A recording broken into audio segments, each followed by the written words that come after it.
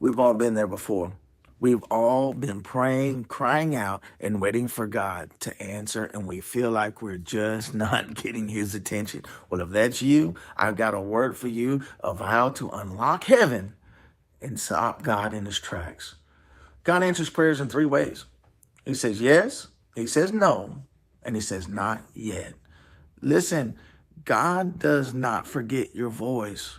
His silence doesn't mean that he's not listening. Many times his silence is that he's working. Now, the first way God answers prayers is yes, and we all love yes. We all love it when God hears our prayers and moves immediately. That means the blessing, the request, the gift from God fits our hands immediately, and we love to see that. That warms our heart, that affirms his affection. That door becomes open, that miracle, that healing, that relationship, those finances all seem to line up perfectly, and we see God's hand all over our lives. We love it when that happens. But listen, when he says no, and the second way he answers prayers is a no, it's not punishment, it's protection. And we hate this one. We hate it when God says no. I hate it, you hate it, and maybe that's where you are right now. Maybe what you're asking for is too big for you today.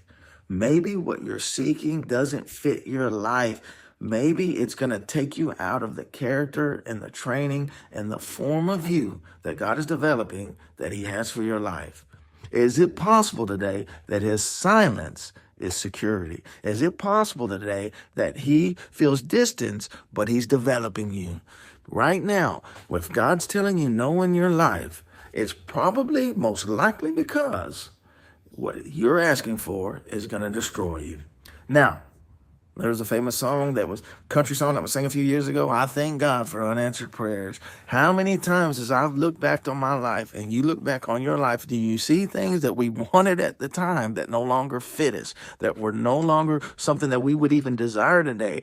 God stands at the end and sees us from our beginning. He has a perfect will for you and me, and his no is not him rejecting you. It's him protecting you. Many times. So get that into your heart today. So the first way he answers prayers is he says yes, it fits our hands immediately. The second way is a no, it's not rejection, it's protection. And the third way, and this is where many of us are today, and if you're listening today, it's because you're probably here.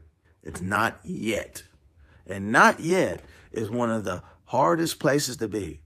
I hate a no, I love a yes, but a not yet is a hard place to be because God is trying to get my condition to match my position. He's developing me. He's preparing me. He's getting me strong enough, mature enough, and he's working in my life to get me in a place that when he does open that door, when he does present that opportunity, my character matches the gift. I can walk in it.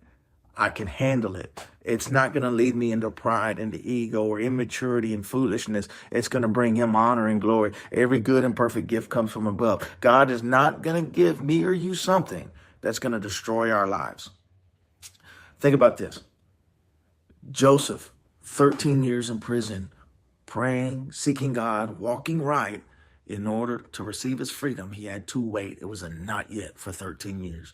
13 years in a prison. He helped 3 other people with their vision before God opened the door for his vision. The not yet, the baker, the butler, and even Pharaoh. He helped them all with their dreams and their vision before his dream was fulfilled. Maybe your not yet is because you are still helping other people with the vision God has given them, maturing and developing your character because the plan he's got for you is so big that when he opens the door for it, your character is going to have to match the blessing. David, 15 years. 15 years, he was anointed as king and went right back to the pasture.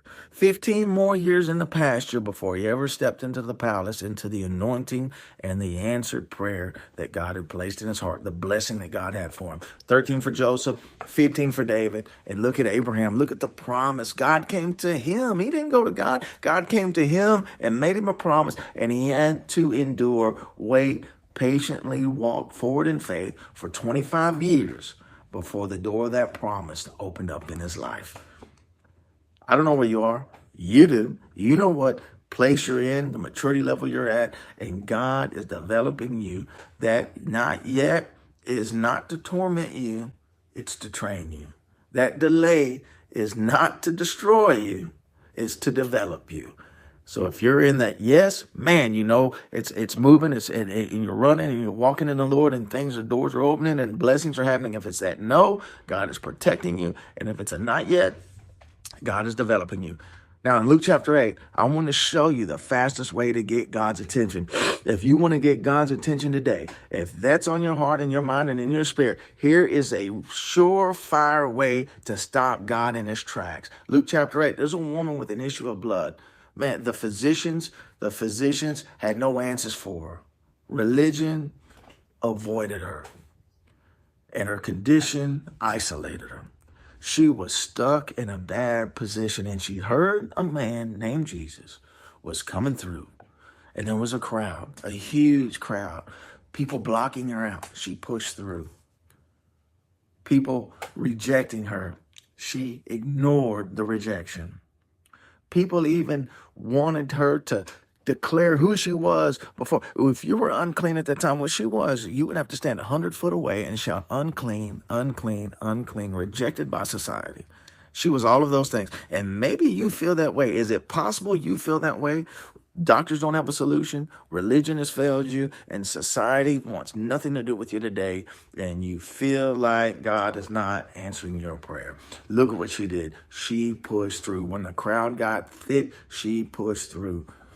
When the crowd got loud, she got more focused. And when the doctors exhausted her money, when modern medicine failed her, she turned to the Lord, and she pushed through, and she touched the hem of his garment. He was on his way to heal one of the religious leaders' family member, their child.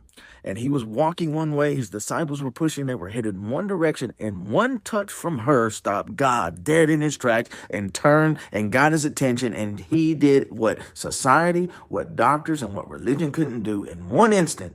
God did for her, and he can do it for you today. So remember this, when God says yes, you're ready for the blessing. It fits your hands immediately. When God says no, it's not judgment. It's not discipline. It's God protecting you. It's not rejection. It's protection.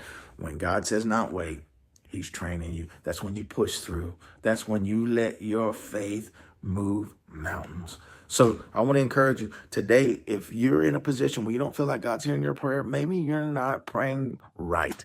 Look what Jesus said. If you have faith as a mustard seed, and this was the faith that stopped God in his tracks, the faith that got God to turn around and go a completely different direction for where he's going. If you have faith as a mustard seed, you could say to that mountain, you be cast into the sea, and it'll be done for you. Many times we're asking God for this, we're asking God for that, when God has already told us speak to the problem. He told Moses in Exodus 14, why are you crying out to me? Step out and fight.